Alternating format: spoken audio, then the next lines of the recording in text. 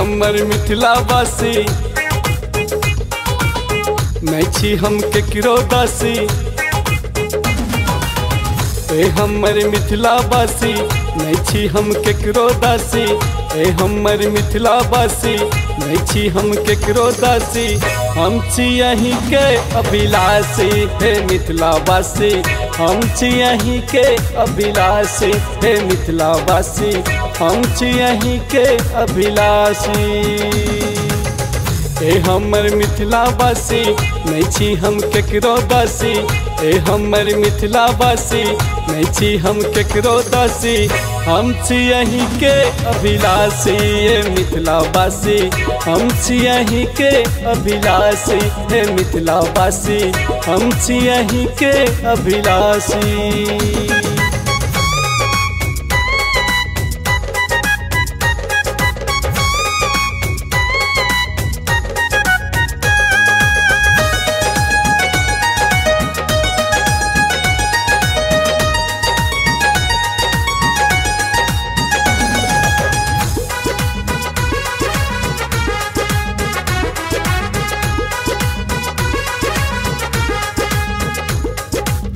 धोती कुर्ता या गमछा हमर पहचानिए।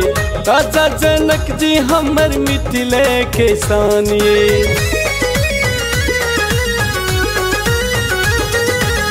धोती कुर्ता या गमछा हमर पहचानिए। राजा जनक जी हमर मिथिले के शानिए। अहाँ मिथिले में रहू मैं केकरो नकल करूँ। अहाँ मिथिले में रहू मैं केकरो नकल करूँ। अहाँ मिथिले में रहू मैं केकरो नकल करूँ। आहाँ छी मैथिली भाषी ओ मिथिलावासी। आहाँ छी मैथिली भाषी ओ मिथिलावासी। आहाँ छी मैथिली भाषी।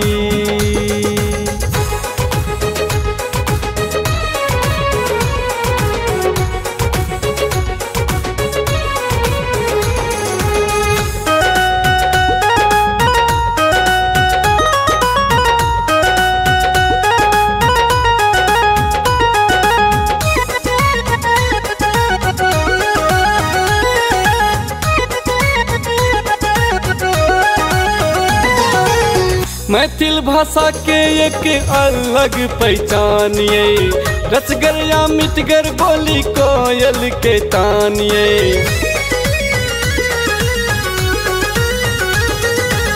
मैथिल भाषा के एक अलग पहचानिए।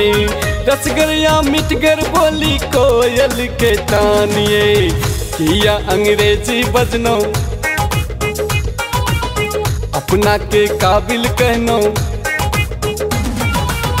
किया अंग्रेजी बजनो अपना के काबिल कहनो। किया अंग्रेजी बजनो अपना के काबिल कहनो। नहीं बनू के केरो दासी यो मिथिलावासी। नहीं बनू के केरो दासी यो मिथिलावासी। नहीं बनू के केरो दासी।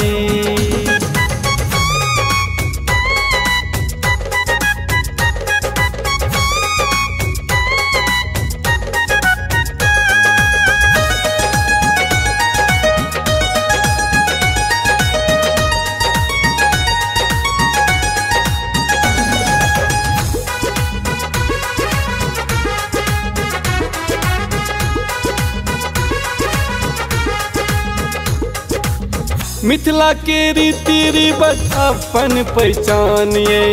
आदर्श नारी सीता हमर जानिए।